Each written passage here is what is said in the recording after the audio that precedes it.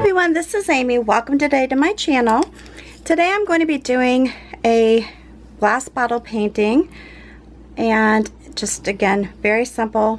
If you're new to my channel, that's all I do is just very simple designs, just to give newbies a chance to get started in glass painting. So if you're someone that's been painting for a long time and it's not challenging enough, you're welcome to use the designs as a design influence, that kind of thing. Not that they're difficult designs by any means, but just know that that's what they're for, is to be good for beginners. Alright, I'm going to begin with two Amagic round brushes, and I do put my links down below the video, so please look there. If you want to purchase through the affiliate links, you're welcome to do so. Using a 16 and a 12, a Deerfoot stippler, which is a number 10, and then I need to get new brushes, but this is a fine liner by Westonia. It's actually a fingernail brush. Using all FolkArt paints, mixture of enamels and multi-surface. And just to clarify something, my understanding is that all these types of paints are actually acrylic paints, but they're formulated for the purpose of, like, the enamels to be used on glass, multi-surface on a variety of different surfaces. I am using fresh foliage, tea berry, school bus yellow, baby pink, thicket, brushed metal, which this one is antique gold, so it's a metallic, teddy bear brown, and then one, I forgot to grab the bottle, it's magenta. So I'm actually, it's this color right here.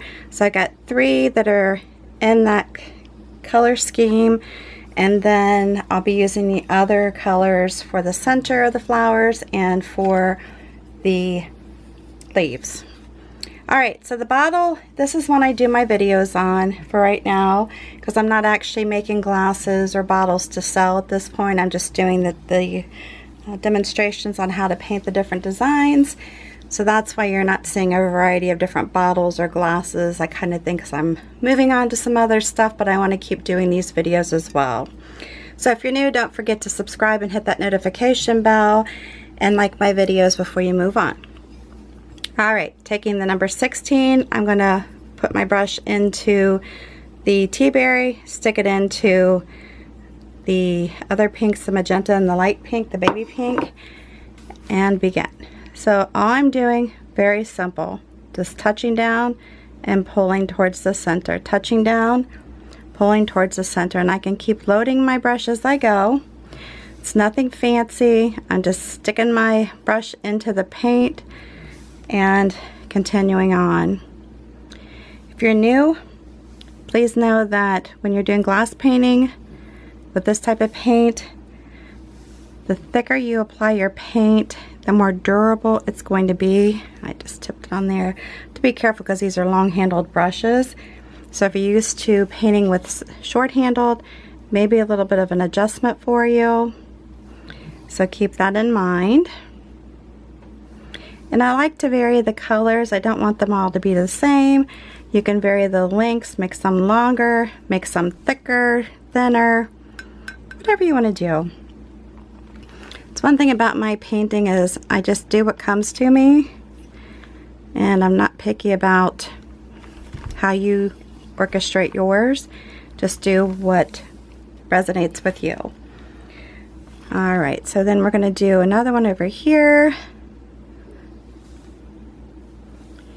And with this one, because I have to make it a little bit smaller than I did on my paper, I'm just going to do little strokes towards the center.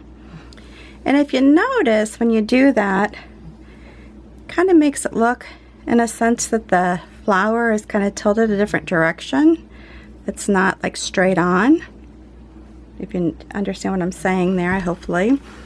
And then I'm going to do the same over here. Pull and see how I can get a fatter petal or thinner. It just is based on the amount of pressure you apply towards your, or to your brush when you're painting.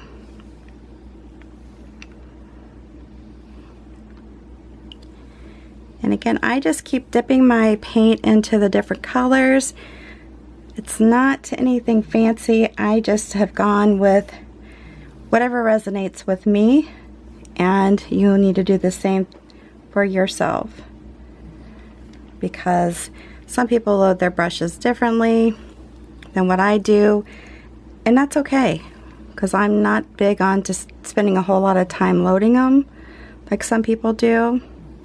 And I went over these because I could see that they were thinning out a little bit as they dried, and you can do the same. I'm not going to do that a whole lot right now, but if you feel like you need to put another coat as it dries, it's becoming a little bit more transparent, then go back and do that. The next step, I'm going to take my Deerfoot stippler, put the front, it's kind of angled, so I'm going to put the front of the brush into the yellow and do a little bit of that gold or that gunmetal, tap it on my plate. Might want to come back and do a little bit more because I want yellow at the top. So on this, I'm just going to just make a center. I'm not trying to make it fancy at all, because you can do different types of centers with these types of brushes. I'm just trying to make a round center. That's all, pure and simple.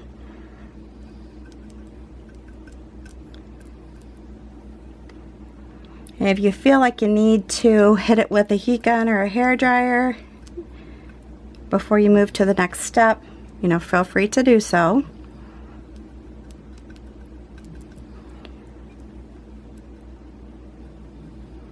That's just a quick way of drying it so you can keep messing with it and get it to look the way you want. I'm just doing it quickly, so it may not be real fancy, but that's okay. And I'm just going back in, adding more yellow, because this is wet and I'm painting wet on wet, so a lot of times the paints will kind of intermix. You'll get some pink pulled up, or purple, whatever it is you're working with will come to the top. And if it doesn't bother you, that's okay. You can actually go back in, add some dots, do a little bit more detail work on your center if you want, but I'm going to leave it as just the way I have it now. The next thing I'm going to do is take my liner brush. I'm going to come in here and I just kind of pull it in and roll it. Pull it in, roll it. You can add some yellow to it if you want. Notice I don't have any white. A lot of times I use the wicker white, but I don't have any of that on here today. I'm going to go in here and I'm going to do my stem. And I just keep applying paint as I go. I'm going to make the stem a little bit wider because with this brush it's pretty thin, which is okay. I mean, you can keep it thin if you want, but I'm going to just make it a little bit thicker as I'm going here. And I just keep rotating between the colors. And I can make this a little thicker in here and maybe make a little stem right in here, pretending that it's going underneath this and they're all connecting. Got a little pink there. I don't really want the pink in there. And I like to, now on some flowers you can make the stem straight, but I always like to kind of curve my stem a little bit, if you're wondering why I did that. Alright, and one of the things I'm going to do on this design too is just come through here and do some, what I would say are kind of like filler leaves, branches, however you want to define these. And I'm just taking the liner brush and just quickly pulling. Now of course when you're doing this you risk the chance of pulling up some of the underneath color, which is the pink, which is fine. I'm not too concerned with that. And again, just always judge when you feel like you might need to give it some dry time or hit it with a hair dryer or heat gun. That'll be up to you. Alright, so I'm doing a few of these and I'm just going to come through, try to under or over, because you want to overlap a little bit. That's how, if you're putting a floral display together. They wouldn't be all separated. You would actually, you know, your little branches would be overlapping a little bit. And I'll just put a little bit here. I don't want to get too crazy with this because I am putting some leaves on here. Of course I am. If you guys follow me, you know I like my leaves. And, you know, I can come down in here, do a little bit too. Again, just easy little strokes. Just keep reloading, just dipping your brush into the paint. If you don't like this part or anything that I'm adding, feel free to leave it out. If you're thinking, man, I really like that before she did such and such, then leave that out. You have the artistic ability to add your own touches, make it yours.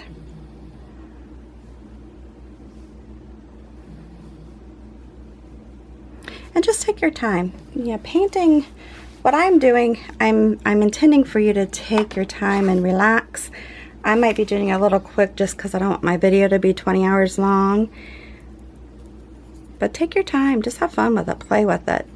All right, dipping my number 12 into the thicket, touching into the fresh foliage, and a little bit into the yellow. I am not going to do blending strokes. All right, so you can go one stroke like that, or if you want, you can come back in, add 2 strokes.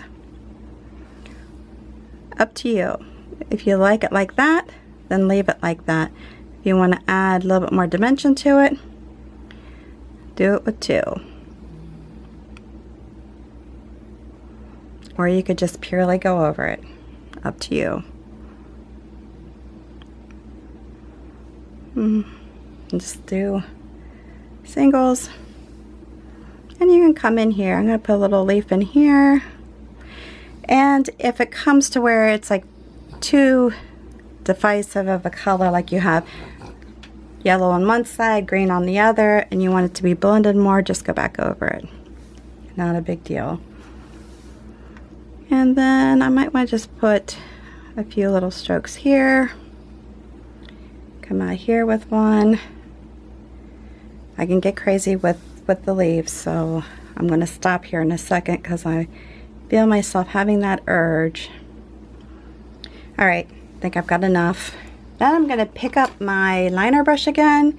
I'm going to go in here and then just come back over it, and I'm putting the greens and the yellow on my brush. I just want it to show to an extent, not stand out, but just know that it's there. Like that.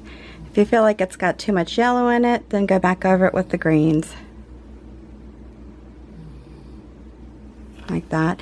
And if you want to add a little bit more little sprigs in here, and I kind of make up my own words sometimes, but just do a little, do a lot, however you want to do it, but make it fun. Okay? And there you have it. Easy, didn't take long, and it's a pretty design, quick and easy, and very easy for beginners. It really is. Just take your time. Good thing to practice on if you don't have glass to actually do practicing on. Use some waxed paper. It's slippery, and it helps with getting the feel for doing it on glass. Anyways, if you have any questions or comments, please place those down below. New to my channel, make sure you subscribe and hit that notification bell. Prior to leaving, if you would take a moment to share this video on your social friends, I would appreciate that. Just hit the share button that you'll find underneath the video, and you will be good to go. Until the next time, once again, thanks so much for stopping by and taking the time to view my video. Please stay safe and healthy, and I'll see you next time, and have a good one.